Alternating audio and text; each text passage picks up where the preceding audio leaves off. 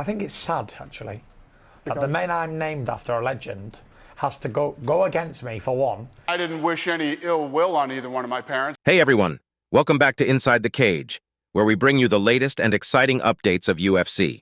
First, hit that subscribe button if you haven't already. Reason behind Sean Strickland's next fight choice.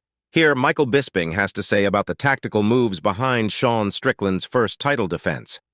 In a recent chat with the Schmo, Eric Nixick argued for Jared Cannonier to be the next contender, and Bisping thinks there's more to it than meets the eye.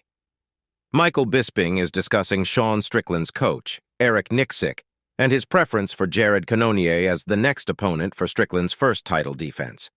Nixick has made a case for Cannonier, and Bisping believes there are several reasons behind this choice.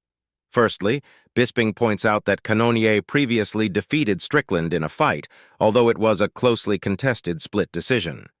Bisping acknowledges that there were mistakes made by Strickland in that bout, which contributed to his loss. However, Bisping also suggests that, out of all the potential options for Strickland's next opponent, Cannonier might be viewed as the easiest one. Don't take this the wrong way if you hear this, Mr. Eric Nixick.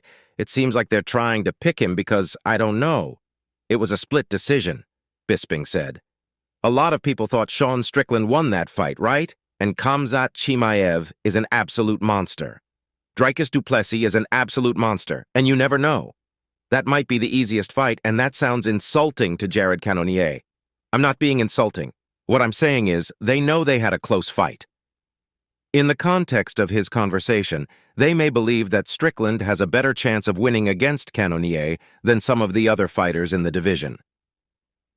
Tyson Fury's heartbreaking confession about Mike Tyson's shocking move. It seems Tyson Fury isn't too thrilled about the fact that Mike Tyson is coaching Francis Ngannou. It's kind of amusing because Fury is named after the legendary boxer Mike Tyson himself. He probably would have preferred to see Tyson in his corner, not Ngannou's. Yep, that's got to be a bit of a bummer for him. Lately, Tyson Fury is expressing his disappointment and sadness over the situation involving Mike Tyson coaching Francis Ngannou.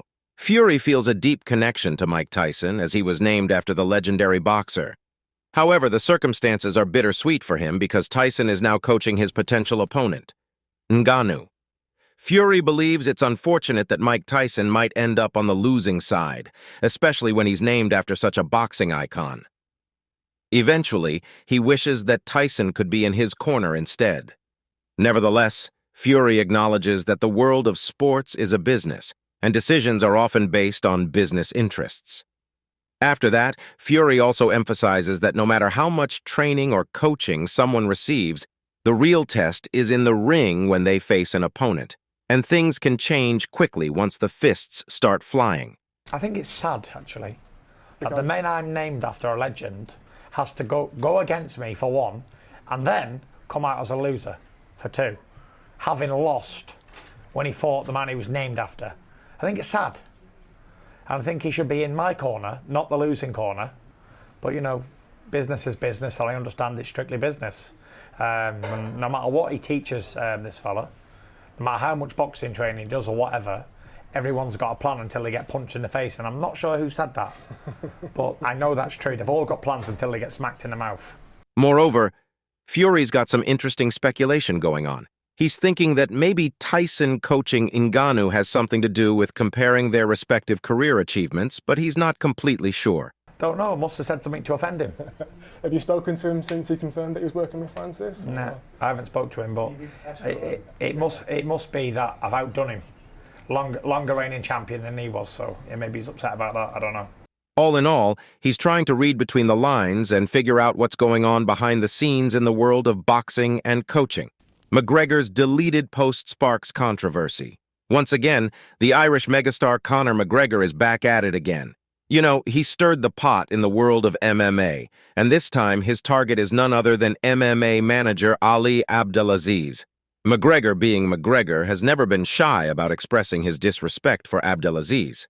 Here you remember that he is the one who manages some of the biggest names in the sport, like Khabib Nurmagomedov, Kamaru Usman, and others. Let's come back to the point. The latest jab from McGregor came when Abdelaziz confirmed that his client, Derek Brunson, was parting ways with the UFC after a decade-long stint. when it was heard by McGregor, always one for some social media drama, easily jumped on the opportunity to slam Abdelaziz.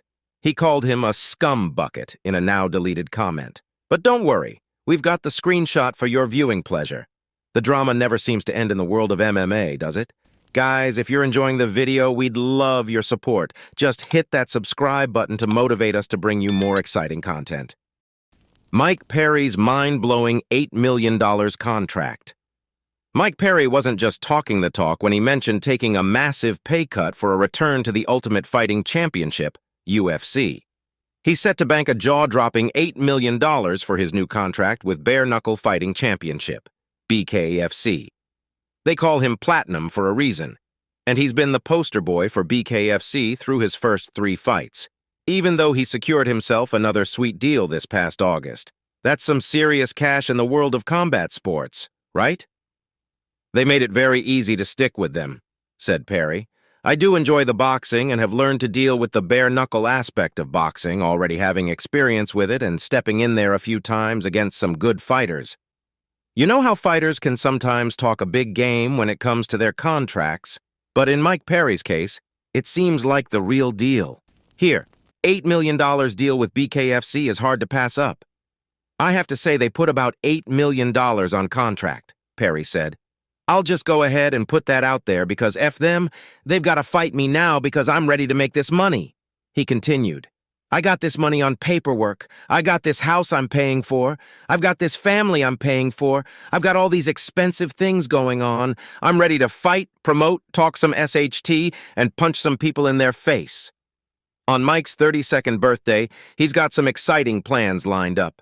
First up, he'll be hitting the scales and standing by as a backup fighter for the Logan Paul versus Dylan Dennis boxing match this October. But that's not all. Platinum Perry is already thinking ahead. He's gearing up to step back into the ring to keep the bare-knuckle action going strong. So he is making some waves in the combat sports world, the emotional twist in Dana White's life story. As you know, Dana White has been a pretty private figure when it comes to his family, not revealing much about his parents in the past. There was even an unauthorized biography about him by his mother back in 2011, but he didn't talk about them publicly much. However, in a recent appearance on Piers Morgan Uncensored, Dana White explained about the recent passing of both his parents. This loss has had a profound impact on him. The interview aired on September 14th on Morgan's talk show, and it's been making waves on social media. He revealed, My parents died recently, and How did that make you feel, given how difficult things have been? holy shit, this is where we're going with this interview, huh? I don't, you know, I'm good with it. I'm good with everything. You know, I focus a lot on my kids and my relationship with them, and I've sort of put my relationship with my parents behind me. Interestingly, when Dana White was asked if he felt sad when his parents passed away, he gave a straightforward no as his response. It's a pretty blunt answer, but it just goes to show that people process grief and emotions differently.